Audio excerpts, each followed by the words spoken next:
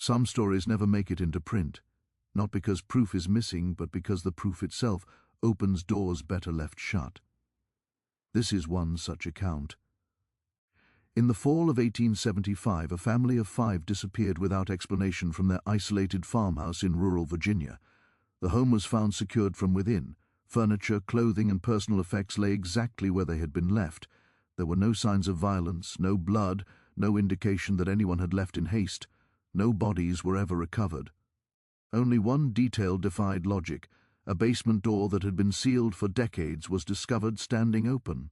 What neighbors claimed to have seen below that threshold was never entered into any official record. Still, rumors traveled fast, carried across 3 counties in hushed voices and fearful glances. Those whispers suggested that whatever lay beneath the farmhouse directly contradicted the image the family had carefully maintained for nearly 20 years. This is the recorded history of the Harlow family, and of the door they were never meant to open. The Harlow farmhouse stood roughly 3 miles beyond the small township of Millbrook, Virginia, at the end of a dirt path locals called Kettle Road. No one could say with certainty how the road earned its name. Some believed it honored a traveling peddler named Kettle who froze to death there during the brutal winter of 1803. Others insisted it referred to a shallow hollow in the road that collected rainwater, forming a kettle-shaped pool after storms. As with many things in that region, the truth had quietly eroded with time. The house itself was unremarkable. A modest 2-story structure clad in white clapboard siding that had long since faded to a sickly grey. Paint peeled from the exterior in curling strips, clinging to the wood like shedding skin. It had been constructed in 1842 by a tobacco farmer named Elias Montgomery, who lost the property to debt just 12 years later. For nearly a year the farmhouse stood abandoned. Then, in the spring of 1855, Thomas Harlow arrived with his family, and the house was occupied once more. The house was surrounded by 40 acres of tobacco fields that stretched toward a line of oak and hickory trees marking the property's eastern boundary. To the west, the land sloped down toward Copper Creek, a narrow waterway that ran shallow most of the year, but could swell to dangerous levels during spring floods.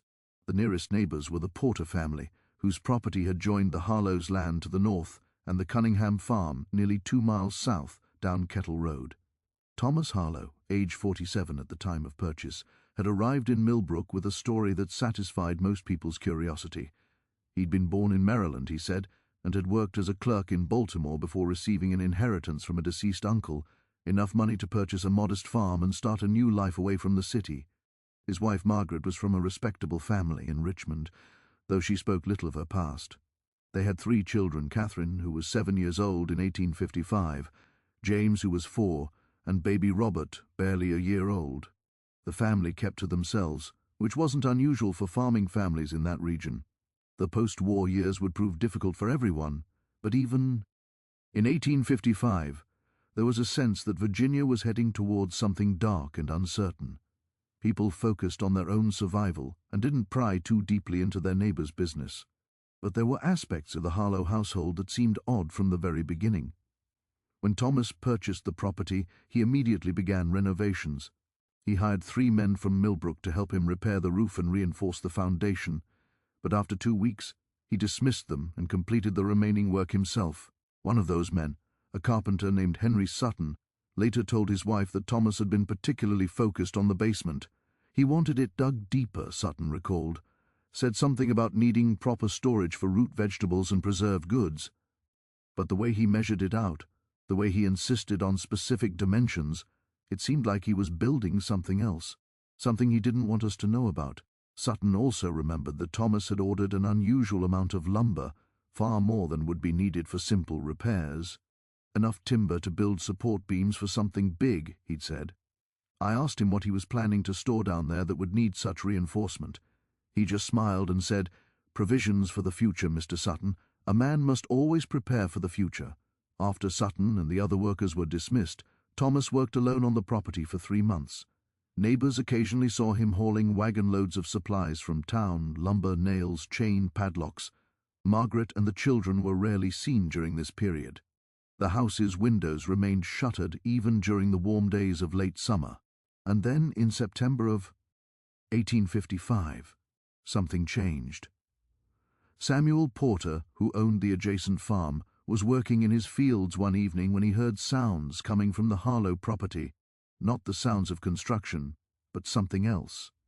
Voices. Multiple voices. More than could be accounted for by the Harlow family alone. He mentioned it to his wife Emma that night at supper. Sounded like Thomas might have hired some workers after all, he said. Though I didn't see any wagons on the road, and I've been out in the fields all day. Emma paused with her spoon halfway to her mouth. I heard singing this afternoon, she said quietly. Coming from their place. It wasn't Margaret's voice. I know her voice from church. This was different, deeper, and there were multiple voices harmonizing. Samuel considered this. Maybe they've taken in some family members. Times are hard. People move in together to save on expenses. But Emma shook her head slowly. If they'd taken in family, we would have seen them at church. We would have been introduced. You know how this community works, Samuel. People don't just appear without explanation. Samuel had no response to that, and neither of them mentioned the one possibility that was already forming in both their minds, a possibility that was becoming increasingly dangerous to speak aloud as Virginia moved toward the crisis that would define the next decade. The Harlow family had brought someone to the farm, multiple someones, people who weren't being seen in public, people who were being kept out of sight. In 1855 in rural Virginia, there was only one reason to keep people hidden. The first time anyone outside the family saw the sealed basement door was in the winter of 1858. 3 years after the Harrows had settled on the property, Margaret Harlow's sister, Patricia Downing, traveled from Richmond to visit for the Christmas season. She arrived on December 18th aboard the afternoon stage carrying a small trunk of gifts for her niece and nephews. Thomas met her at the Millbrook station with his wagon, and they made the 3-mile journey to the farmhouse in the gathering dusk. Patricia later told her husband that she'd been struck by how quiet Thomas was during the ride. He'd answered her questions about the farm and the children with brief, distracted responses. His hands on the reins were tense, his jaw tight. When she'd asked if everything was all right, he'd simply said, "We live a quiet life out here, Patricia. Sometimes the quiet can be heavy." The farmhouse, when they arrived, appeared well maintained from the outside. The fields were dormant for winter, but the barn was in good repair, and smoke rose from the chimney. But as Patricia stepped down from the wagon, she noticed something that made her pause. The windows on the ground floor were covered with heavy curtains, despite the fact that it wasn't yet full dark. And from somewhere inside the house, she could hear a sound that didn't quite fit, a rhythmic thumping like something heavy being moved across a floor. Margaret met her at the door with embraces and tears of joy. The children, Catherine, now 10, James 7, and Robert 4, were polite but subdued. They lined up to greet their aunt with careful formality, as if they'd been rehearsed. Patricia spent 3 days with the family, and those 3 days would haunt her for the rest of her life. The house itself was comfortable enough. Margaret kept it clean and orderly. Meals were simple but adequate. The children were well behaved, perhaps too well behaved. They spoke when spoken to, ate their food without complaint, and went to bed at exactly 8 each night without argument. But there were oddities that Patricia couldn't ignore. On her first evening, while Margaret was showing her the kitchen and explaining where things were kept, Patricia noticed the door. It was located along the western wall of the kitchen, a heavy oak door with black iron hinges, but the door had been sealed shut with 8 thick planks of wood nailed across it in an X pattern. The nails were large, the kind used for heavy construction, and they'd been driven deep into the door frame with brutal efficiency. "What's down there?" Patricia asked, pointing at the sealed door. Margaret's face went pale. She wiped her hands on her apron, a nervous gesture Patricia had never seen her sister make before. "Storage," she said. "Just a root cellar, but it's not suitable. Structural problems. Thomas sealed it shut for safety. Couldn't he repair it? Surely a root cellar would be useful. We manage without it." Margaret's voice had gone flat. "Don't ask about it again, Patricia, please." The tone of that final word, please, carried such desperate weight that Patricia dropped the subject immediately. But she found herself staring at that sealed door throughout her visit, wondering what could possibly require such extreme measures. On her second night, Patricia woke at 2 in the morning to use the chamber pot. As she sat in the darkness of the guest room, she heard sounds from below. The house was old, and sounds travelled easily through the floors. At first, she thought it was just the normal creaking of the structure settling in the cold. But then she heard voices, not from the Harlow family's bedrooms above. These voices came from below, from beneath the house, from the direction of the sealed door.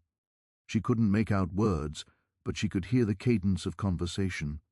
A man's voice, low and steady, and then others responding, at least 2 different voices, possibly more. There was a musical quality to some of it, like humming or chanting. Patricia sat frozen in the darkness, her heart pounding. She thought about going downstairs, about investigating, but something stopped her.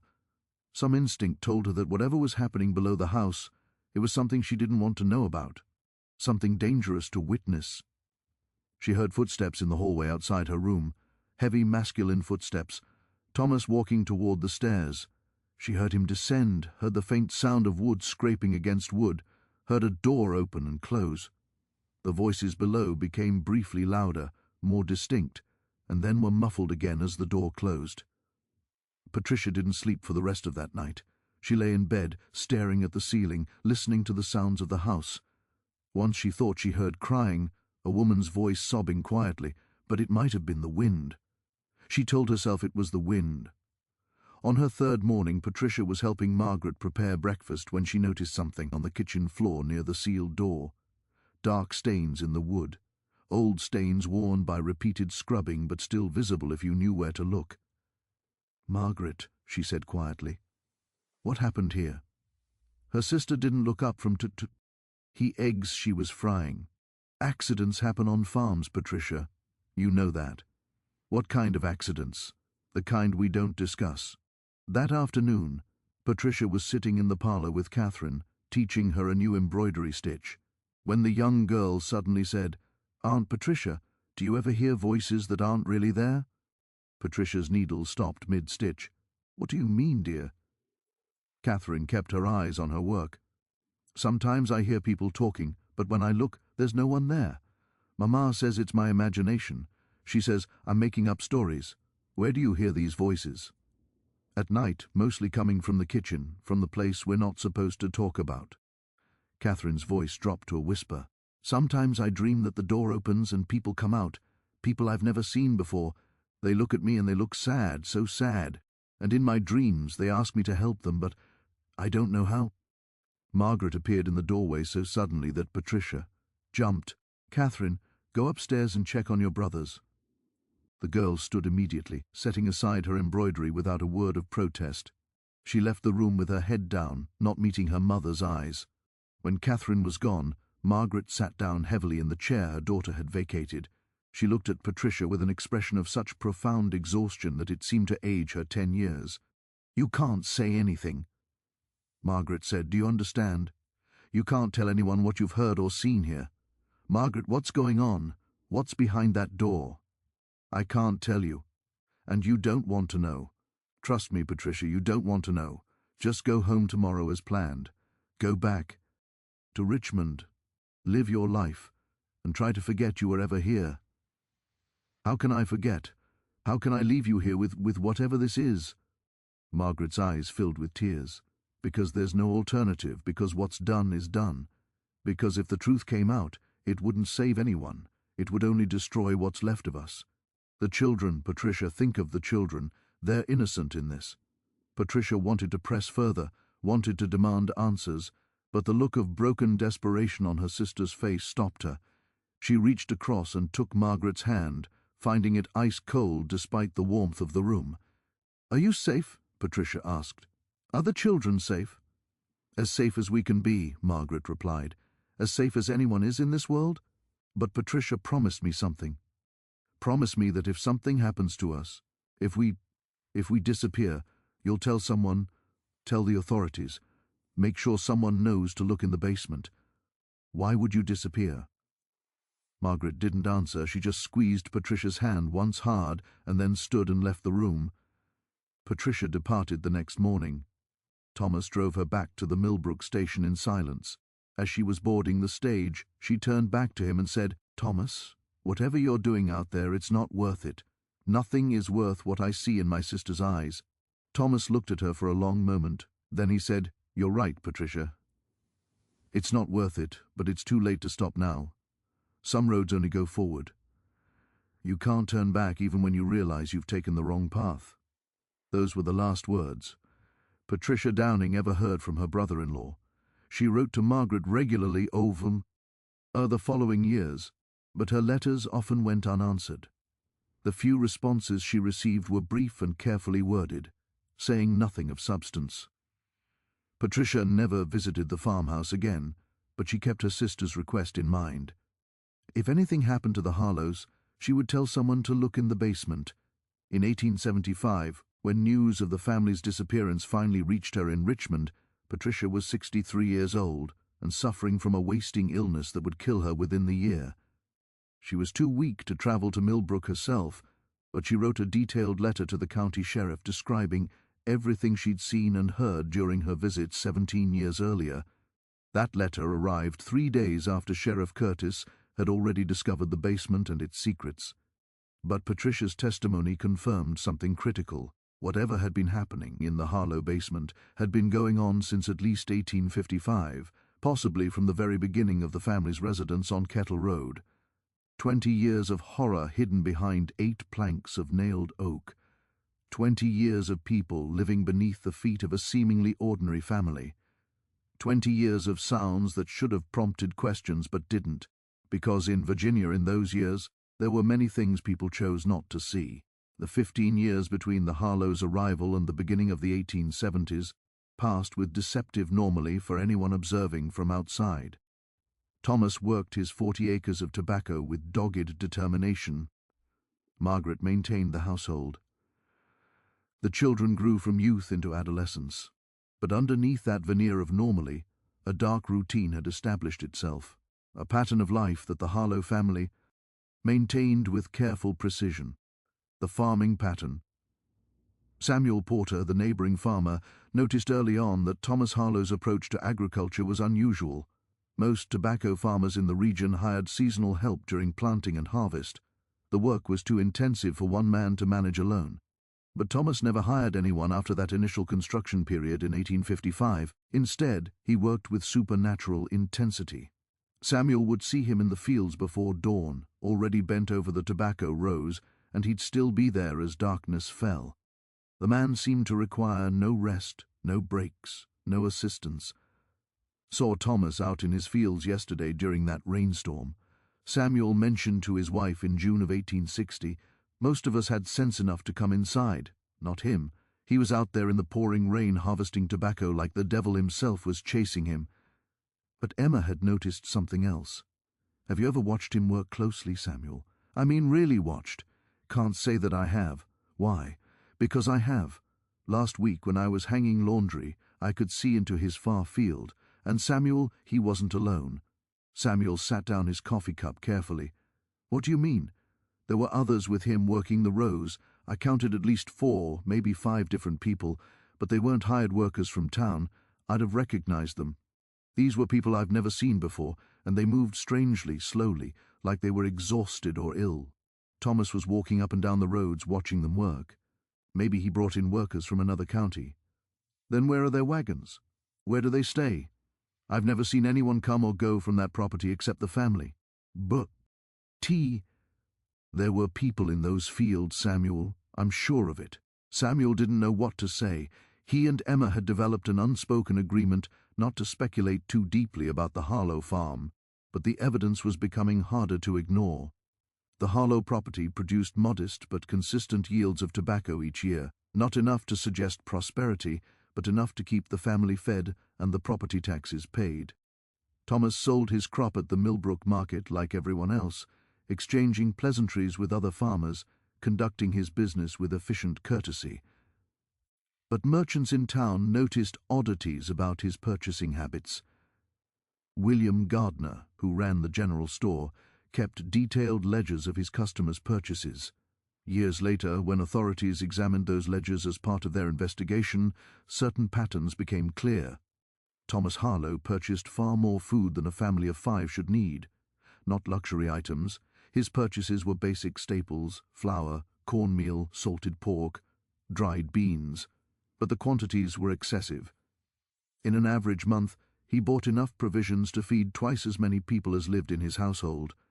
He also purchased medical supplies in unusual amounts: bandages, carbolic acid for disinfection, alginum for pain, chloroform, needles, and surgical thread. When Gardner once commented on the quantity of medical supplies, Thomas explained that he was interested in medical self-sufficiency. "Can't always get to a doctor when you need one out on the farm." Thomas had said, "Man should know how to tend to his own injuries." Gardner found this reasonable enough. But then he noticed Thomas purchasing medical textbooks: Advanced Surgical Manu, ALS, anatomy references, texts on the emerging field of neurology. These weren't books about treating common farm injuries. These were serious medical volumes, the kind used by trained physicians. "Thinking of becoming a doctor," Gardner had joked. Thomas didn't smile. "Just trying to understand how the body works, Mr. Gardner. Knowledge is never wasted." There were other purchases that seemed innocuous individually but created a disturbing pattern when viewed collectively: chain and padlocks, oil lamps, and lamp oil in large quantities, fabric and clothing in a range of sizes, including adult sizes. That wouldn't fit any members of the Harlow family. Paper and ink, far more than would be needed for normal correspondence.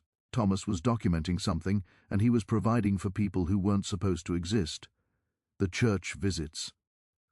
The Harlow family attended the Millbrook Methodist Church irregularly, perhaps once every 6 to 8 weeks. Their attendance was unpredictable enough that Reverend Walsh couldn't count on them for any regular church functions, but frequent enough that they maintained a nominal presence in the community. When they did attend, they always arrived late and sat in the back pew. Margaret would keep the children close, her hands resting on their shoulders with what seemed like excessive firmness. Thomas would stare straight ahead during the sermons, his expression unreadable. They never stayed for the social hour after services, never participated in church picnics or fundraisers, never invited other families to their home or accepted invitations to others' homes. Reverend Walsh tried several times to make pastoral visits to the Harlow farm. Each time he was met at the door by Thomas, who would step outside to speak with him rather than inviting him in. "Just wanted to see how your family is faring, Mr. Harlow. We haven't seen you at services in some weeks." "We're managing fine, Reverend. The farm keeps us busy, of course, but you know the church community is here to support one another. If your family needs anything, we need nothing. Thank you. We're self-sufficient." The conversations always ended the same way, with Thomas politely but firmly dismissing the Reverend and closing the door. Walsh later told the church deacons that he'd never once been allowed inside the Harlow house despite making at least a dozen attempts over the years. But there was one service that stood out in Walsh's memory. It was Easter Sunday, 1868. Over time, these 3 survivors regained cognitive function that Thomas's surgeries had damaged. They remembered who they were and what had been done to them. Approximately 2 years ago, they began digging a tunnel to escape. They completed that tunnel in late September 1875. Freedom was within reach, but they faced a choice: escape and live as fugitives, always looking over their shoulders, knowing Thomas might reveal their existence and have them hunted down as escaped prisoners, or worse, or stay, and ensure Thomas could never hurt anyone again. They chose the latter. On September 30th or October 1st, Catherine Harlow, the eldest daughter, sent an anonymous letter to Reverend Walsh, begging someone to investigate the basement. She could no longer bear her family's complicity. On October 1st, the Harlow family sat down to dinner, knowing that Catherine's letter would soon bring authorities to their door. They ate together one last time. After dinner, or perhaps during it, the 3 survivors emerged from the basement. They'd removed the boards sealing the door from the inside using tools Thomas had carelessly left in the basement. They confronted the family. I don't know exactly what was said, but based on the footprint evidence, I believe this. The 3 survivors gave the Harlows a choice: come with us into the basement, face what you've created, or wait here for the authorities and explain everything. Thomas, Margaret, Catherine, James and Robert chose to go down. Perhaps they felt they had no other choice. Perhaps they believed facing the survivors' justice was preferable to facing the law. Perhaps they simply gave up, exhausted after 20 years of living with horror. They went down into the basement. And then Curtis paused. This was the part where evidence ended and speculation began. And then they went into the tunnel, all 8 people. But the tunnel was never meant as an escape route for 8. It was barely wide enough for one person at a time. Somewhere in that tunnel, something happened. The survivors enacted their justice and the Harlow family disappeared. The 3 survivors emerged from the tunnel exit in the woods. They scattered. They vanished into the countryside, probably splitting up immediately. By the time we discovered the basement 5 days later, they could have been anywhere. There was a long silence when Curtis finished. Finally, the state investigators spoke. "Sheriff, with respect, you're suggesting that 3 former enslaved people somehow abducted an entire family and made them disappear without a trace." "That seems impossible," Curtis replied. "I know, B. I've examined all the evidence. I've crawled through that tunnel myself, and I'm telling you 5 people went down, but they never came up. The tunnel doesn't go anywhere except that one exit in the woods. There are no side passages, no hidden chambers beyond what we've already found. The 3 survivors came out. The Harlow family didn't. Those are the facts. Then where are the bodies?" "I don't know," Curtis admitted. "But I have a theory about that too. When Peter Griffith crawled through the tunnel, he only went as far as the exit in the woods. But what if the tunnel doesn't actually end there? What if it continues hidden somehow going deeper into the earth? Why would they dig past the exit point? To create a burial place, a place where certain bodies could be hidden, where they'd never be found, a place of final justice." Curtis could see skepticism on the faces around him. It did sound far-fetched, but he'd been in that basement. He'd seen what Thomas Harlow had done, and he understood something that many of the others didn't. When people are pushed far enough, when they endure years of unimaginable horror, they become capable of extraordinary things, things that seem impossible to those who haven't suffered as they have. 3 people who'd survived 20 years of imprisonment and torture, who'd dug a tunnel through solid earth with their bare hands, who'd rebuilt their shattered minds through sheer force of will. Those 3 people were capable of anything, including making an entire family disappear without a trace. On October 25th, the state investigator made a decision. The case would be sealed. "The implications of this case are too explosive," he explained to Sheriff F. Curtis.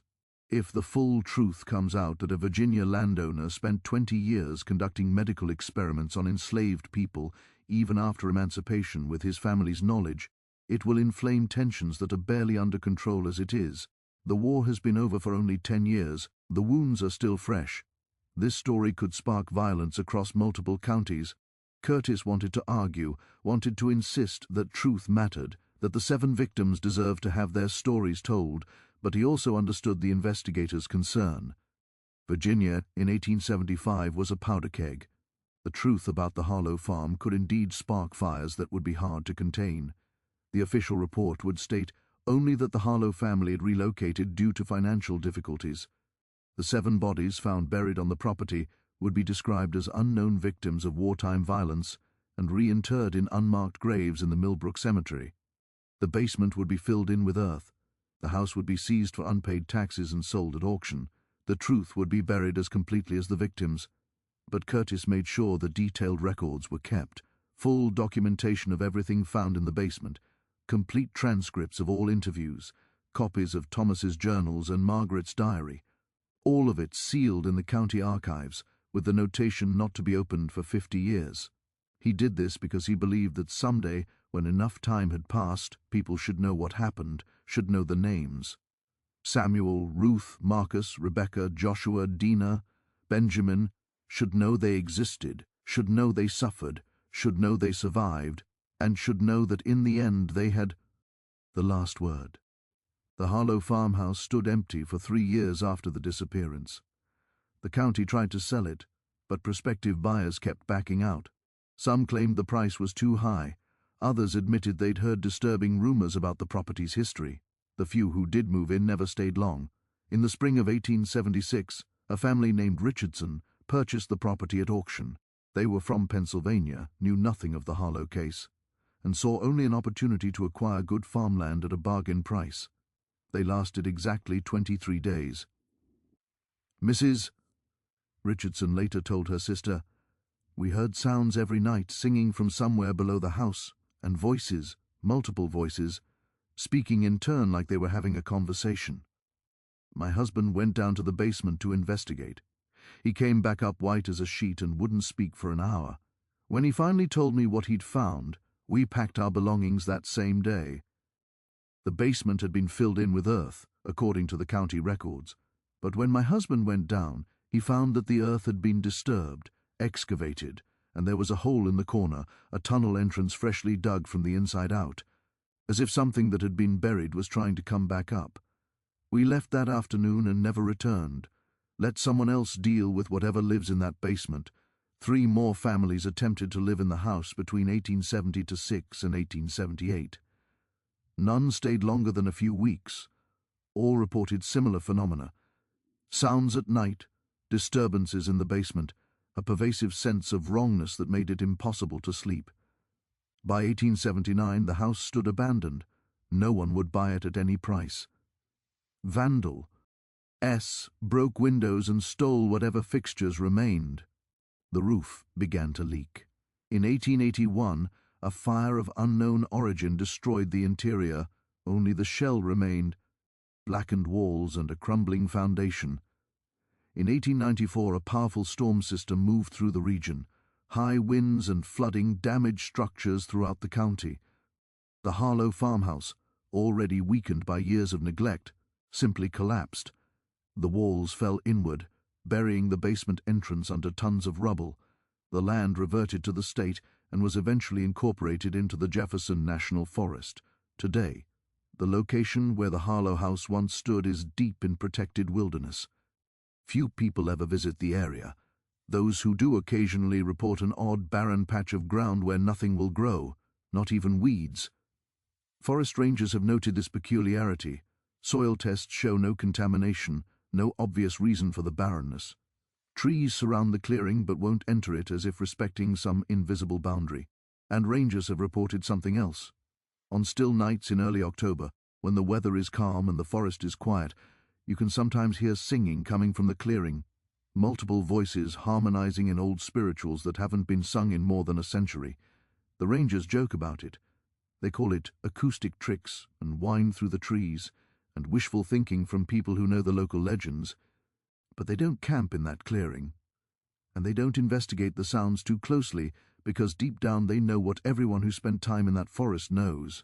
Some ground is haunted not by supernatural forces, but by memories, by suffering so profound that it leaves scars on the earth itself, by the ghosts of justice delayed but not denied. 48 years after the Harlow family's disappearance, the letter arrived at the Millbrook Methodist Church. It was addressed to whoever now serves as Reverend, postmarked from Philadelphia, written in a shaking hand on cheap paper. Reverend Lucas Brennan, who'd taken up the position only 2 years earlier, and knew nothing of the church's history with the Harlow case, opened it with curiosity. By the 3rd paragraph, he was reading with dawning horror. The letter was signed only R, presumably Rebecca, the youngest female survivor. It read in full, "To the Reverend, I am old now, 77 years. If my calculations of my birth date are correct, though I can never be certain, my memory of childhood is fragmented, partially from the passage of time and partially from what was done to me later. I am writing this because I want someone to know the truth before I die. Not for absolution. I'm long past caring about such things, but for the record, so that someone somewhere bears witness to what happened. My name is Rebecca. That's the name I was given as a child, though it might not be the name I was born with. Memory is a complicated thing, when someone has deliberately tried to destroy it. In 1854, I was 19 years old. I was sold to a man who promised to make me and 6 others disappear, and he did. For 20 years, we disappeared from the world. I won't describe in detail what Thomas Harlow did to us in his basement. Some acts of horror lose their power if you speak them aloud. They become almost manageable, reduced to mere words. I want you to understand that what happened was beyond words, beyond ordinary human cruel. Thank you. He didn't just imprison us. He tried to erase us from the inside out, to remake our minds through surgery and pain until we forgot we'd ever been human. He succeeded with some. Samuel died quickly, brain damaged beyond recovery. Benjamin died of infection after his procedure. Ruth lived 12 years but never truly recovered herself. Marcus became exactly what Thomas wanted, compliant, empty, a shell. But 3 of us survived, Joshua, Dina, and myself, and over time, years and years, we found our way back. The brain is more resilient than Thomas understood. It builds new pathways around damaged ones. It reconstructs itself. Slowly, painfully, we remembered who we'd been, and when we remembered, we knew we had to do something. We couldn't simply escape. Thomas would have reported us as fugitives, as escaped prisoners, as property. We'd have been hunted. We'd never be free. So we planned something else. We dug a tunnel. For 2 years we took turns digging using sharpened spoons, broken pieces of wood, our own hands. We dug toward freedom, but we also dug toward justice. On October 1st, 1875, we completed our work. That evening we removed the board sealing the basement door. We'd filed through our chains months earlier, so nothing restrained us. We could have escaped at any time, but we waited. We waited until everything was ready. We went upstairs and confronted the family. Margaret was terrified but unsurprised. She'd known this was coming. The children were confused. Having grown up with our imprisonment as their normal, Thomas was resigned. 20 years of guilt had hollowed him out. He knew he deserved whatever we planned. We gave them a choice. Come with us into the base, meant, and see what you've created. Face the place where 7 people lived and 4 died because of you. Or stay here and wait for the authorities because someone has already reported you. Catherine, the daughter only 17, had sent a letter to your church warning that someone should look in the basement. She told us this herself, crying, begging us to let her family go, saying she'd tried to expose the truth. We believed her. But belief doesn't erase 20 years. Sorrow doesn't restore the dead. Good intentions don't undo evil. They came down with us, all 5 of them, into the basement where we'd lived like animals, into the burial chamber where our friends lay in unmarked graves, into the tunnel we dug with our hands. The tunnel was only 3 feet wide, barely large enough for 1 person. We went first, crawling, pulling them along behind us. They came willingly, or perhaps they were simply too shocked to resist. But the tunnel didn't end where the sheriff later thought it did. That opening in the woods was a decoy. We'd created it to mislead anyone who might search. The real tunnel continued past that point, hidden by a carefully constructed false wall. It angled deeper into the earth, going down rather than up.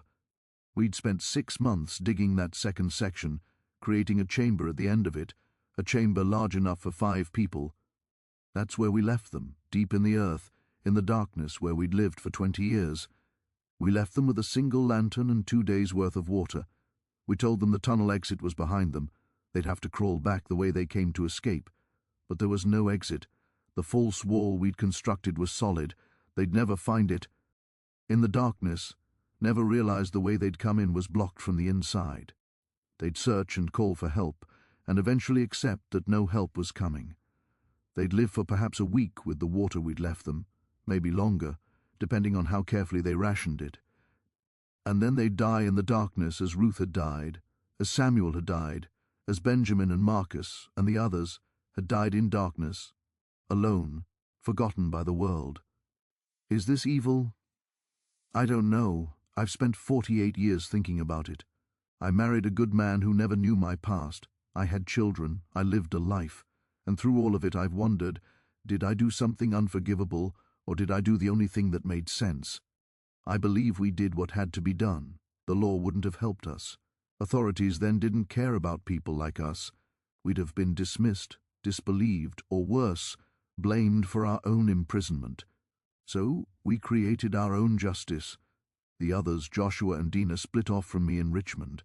I never saw them again. We agreed never to contact each other, never to risk leading investigators back to what we'd done. I hope they found peace. I hope they built lives. As for me, I'm dying now. Cancer, the doctor says. I have perhaps 2 months.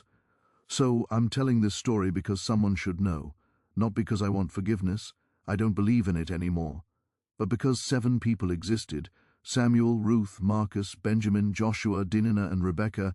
We were real, we lived, we suffered, we survived, and we ensured that our suffering ended. Do with this knowledge what you will. I'll be dead soon. I'm not afraid of earthly judgment. I face the worst humanity has to offer and survey. Ved it. Whatever comes after death can't be worse than what came before. Remember us. Our Reverend Brennan read the letter 3 times. Then he sat in his study for a long time, staring at nothing, trying to process what he'd learned. He considered his options. He could destroy the letter and pretend it had never arrived. He could turn it over to the authorities and let them investigate. Though the case was 50 years old and everyone involved was likely dead, he could keep it as a historical document but take no action. In the end, he contacted the County Historical Society. They retrieved the sealed reports from 1875, read through them carefully and reached a decision. The letter would be added to the sealed case file, but no active investigation would be pursued. These events occurred during a terrible time in our nation's history. The head archivist said, "If Rebecca's letter is true, it represents justice by people who had no other avenue for justice. Pursuing it now serves no purpose except to reopen wounds that should be left to heal." Brennan agreed. The letter was filed away. The case remained sealed, but the archivist, a woman named Dorothy Hastings, was troubled by Rebecca's claim about the tunnel. If the letter was true, there was a hidden chamber somewhere beneath the former Harlow property, containing the remains of 5 people. In November 1923, she organized a small expedition to the site. She brought a surveyor, 2 experienced miners, and a doctor who specialized in forensic examination. They located the collapsed ruins of the farmhouse, now little more than a depression in the forest floor, covered with 48 years of growth. Using old property maps and the day's descriptions from the 1875 investigation, they identified where the tunnel exit in the woods should have been. They found the old tree stump now completely rotted away and began excavation. They found the tunnel entrance within an hour of digging. Time had partially collapsed some sections, but the main passage was still intact, shored up by the wooden beams the survivors had installed decades earlier. The surveyor rigged up a cable system with a camera attachment, new technology that allowed them to examine the tunnel without crawling through it. They sent the camera down, following the passage from the woods back toward where the farmhouse had been, and they found the false wall exactly where Rebecca had described it.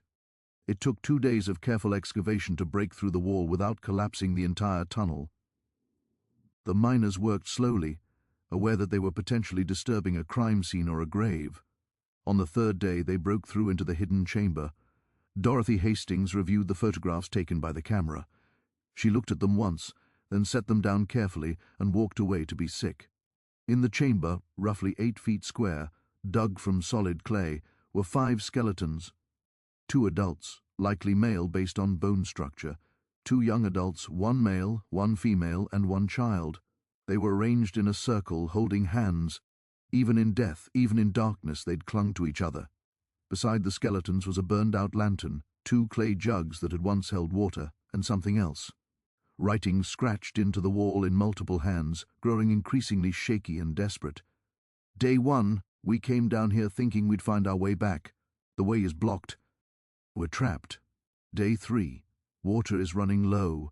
Thomas tried to dig through the wall, but the earth just collapses. We're going to die down here. Day 5, Robert is crying. I can't comfort him. We're all going to die because of what I did. God forgive me, Thomas. Day 6, I should have exposed him years ago. I was a coward. I sacrificed 7 innocent people for my family's comfort, and now we're paying the price. This is justice. Horrible justice, but justice nonetheless. Margaret, I'm sorry. I'm so sorry. I tried to help. I sent the letter, but it was too late. Too late for them. Too late for us. If anyone finds this, we deserve this. Catherine, Mama, I'm scared. Robert." The writing stopped after what appeared to be about 7 or 8 days. After that, there were only scratches on the walls, fingernails clawing at earth, desperate attempts to dig out. They died in darkness slowly, exactly as Rebecca had planned. Dorothy Hastings made a decision. She photographed everything, documented it thoroughly, and then gave orders to seal the chamber permanently. Concrete. She instructed the workers, fill the entire tunnel with concrete, make sure no one can ever access this chamber again. But ma'am, these are human remains. Don't they deserve a proper burial? Hastings looked at the young man who'd asked the question. Do you know what happened here? Do you know what those 5 people did to 7 innocent individuals? No, ma'am. I don't know the full story. Then trust me when I say this is their grave. They chose it when they chose to commit atrocity. They died here because they deserved to die here. Leave them. The workers filled the tunnel with concrete. They covered the entrance with earth and stones. They planted fast-growing trees over the site to conceal any signs of excavation. Within a year, the forest had reclaimed the area completely. Unless you knew exactly where to look, you'd never know the tunnel had been opened, investigated, and sealed forever. The Harlow case remained sealed until 1925, when the 50-year restriction expired. But by then, everyone directly involved was dead. The survivors, Rebecca, Joshua, and Dinah, were gone. The neighbors who'd heard sounds at night were gone. The deputies who had once investigated the disappearance were long gone. The case itself survived only as a brief entry in a regional history journal, mentioned as a curious anomaly from Virginia's uneasy post-war years.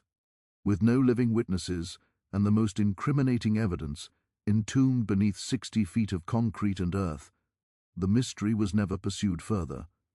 It settled instead into obscurity, reduced to a historical aside.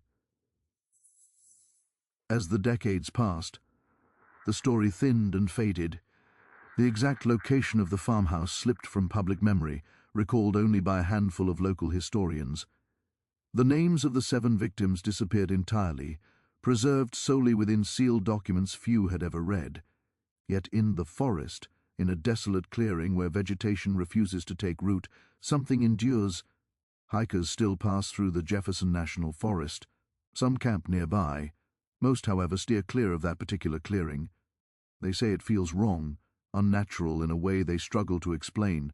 Those who ignore the unease and stay the night often describe restless sleep, vivid and unsettling dreams, and the persistent sensation of being observed. ND. On certain evenings, most often in early October, near the anniversary of the family's disappearance, people report hearing sounds, singing, multiple voices, blending together, rising softly from somewhere beneath the ground. Old spirituals, songs of pain and perseverance, songs of survival, endurance, freedom, songs about justice delayed but not denied. The Forest Service has investigated these reports repeatedly. Rangers have been dispatched, recording equipment has been installed, the area has been monitored, no recordings have ever captured the singing. It appears only when people are present to hear it, and even then, only some hear it. Others perceive nothing beyond wind moving through trees and the ordinary sounds of the forest. Is it real? A trick of the mind? An atmospheric effect producing auditory illusions? Or something else entirely? Something existing at the thin edge between memory and manifestation, between documented history and haunting? The Rangers no longer debate the question.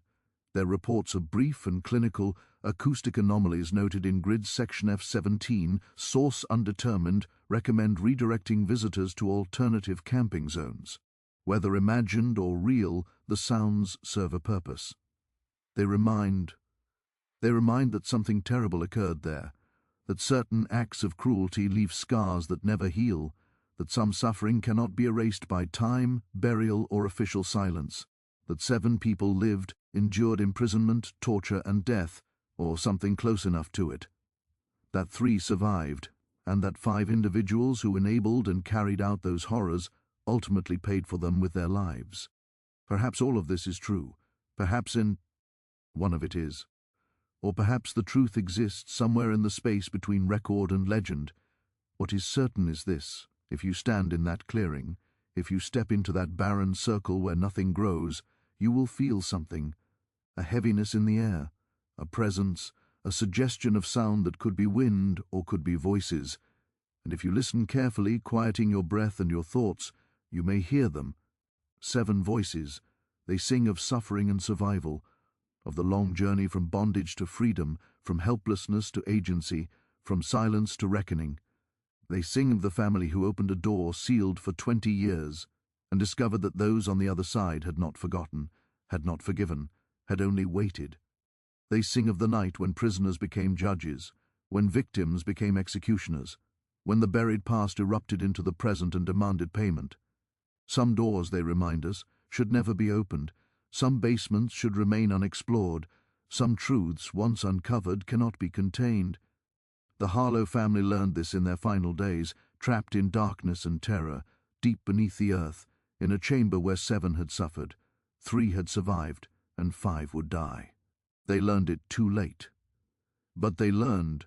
Their story, meticulously documented, sealed away for 50 years, investigated and buried once more, endures as a warning that horror carries consequences, that complicity has a cost, that silence in the face of atrocity is itself a form of evil, that justice, when denied long enough, will find its own terrible expression. Singing continues. The clearing remains lifeless. The tunnel lies forever sealed beneath concrete and soil, and somewhere between what is written and what is whispered, between proof and rumor, the truth waits. The truth of the family that vanished after opening the basement door, the truth of the 7 who lived and died in darkness, the truth of the 3 who survived, and the justice they carved from their pain. Listen closely. The forest remembers, the earth remembers, and on still October nights, when the air is right and the world holds its breath, you can hear them remembering too. 7 voices singing of freedom, of survival, of the moment the door finally opened, and the reckoning, 20 years overdue, finally arrived.